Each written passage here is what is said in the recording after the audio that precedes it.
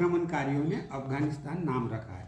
लेकिन अब मोदी जी आए तो अफगानिस्तान भारत में आ गया, अभी वहाँ सारी सुविधाएं फिर भी थोड़ा कम ज़्यादा भारत में मिल गए फिर। हाँ, अफगानिस्तान भारत में। श्रीलंका लद्दाख लद्दाख जो बोलते हैं ना, वो अफगानिस्तान का है। श्रीलंका भारत में था लेकिन वो अलग हो गया। लेकिन वो तो अलग ही है अभी। बाकी सब हिंदू ही नाम है। श्रीलंका में आज भी जितने नाम है हिंदू के नाम है, लेकिन वो आक्रमणकारियों ने अलग कर दिया। पाकिस्तान में भारत में था, अनेक देश थे, लेकिन वो आक्रमणकारी फिर भी अब जब से अपना हिंदू राष्ट्र हो रहा है तब से अब थोड़ा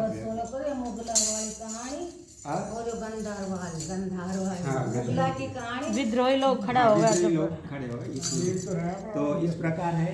तो इसलिए अपन भारत माता का पूजन करते हैं जो हमें सब कुछ देते हैं। और क्योंकि जो देश को तरफ ध्यान देता है, देश भी हमारी तरफ ध्यान देता है। इसीलिए गंगा पूरे विश्व में नहीं है, लेकिन भारत में गंगा है। गंगा किसने लाई? भागीरथ ने लाई, अपनी तपश्चर्या के बल से। क्यों लाई? तो उनके 60,000 पुत्र भस्म हो गए थे ऋषि के श्राप से, तो उनका उद्धार करने के लिए तो क्यों लाना पड़ा?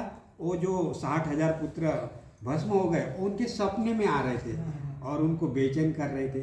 इसीलिए क्योंकि आदमी के ऊपर संकट आया था, आदमी जो संकट है उसको पहले दूर करते, इसीलिए उद्धार के लिए स्वर्ग से गंगा आई।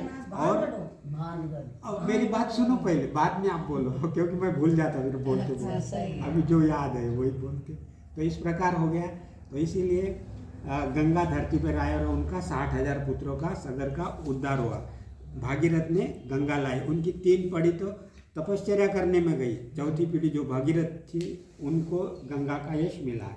तो इसीलिए तब उनका उद्धार हुआ। तो इसीलिए धरती पे गंगा इसीलिए पवित्र माना गया।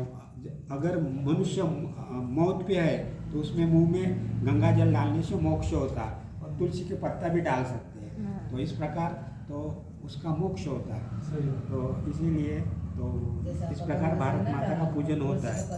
तो एक बार स्वामी विवेकानंद, जब स्वामी विवेकानंद बनने के पहले वो एक देश में चले गए, भारत का ही देश में वो भ्रमण करते थे। तो एक ही जगह 3 दिन से एक ही जगह रहे और भूखे रहे 3 दिन। एक बालक आ रहा था, तो गुरुजी आप यहाँ कितने दिन से? 3 दिन से बोले। तो स्वामी जी बोले आप यहाँ क्या कर रहे, चले जाओ। बोले नहीं महाराज जी, बोले आप 3 दिन से यहाँ भूखे, तो मैं सोच रहा हूँ कि आपको भोजन दूँ। तो ठीक है बोले। तो स्वामी जी बोल रहे आज भगवान ने मेरे को दूध भेजा है भोजन के लिए, तो ले आओ। बोले लेकिन बोले मैं अछूत हो तो मैं आपको दाल चावल बर्तन ला के दे दूंगा। बोले नहीं, बोले तू घर से बना के ला, बोले मैं खा लूँगा। बोले तो फिर उसने भगवान की भक्ति से घर से बना के लाया और स्वामी जी ने भोजन किया। उसके बाद वो स्वामी विवेकानंद बने।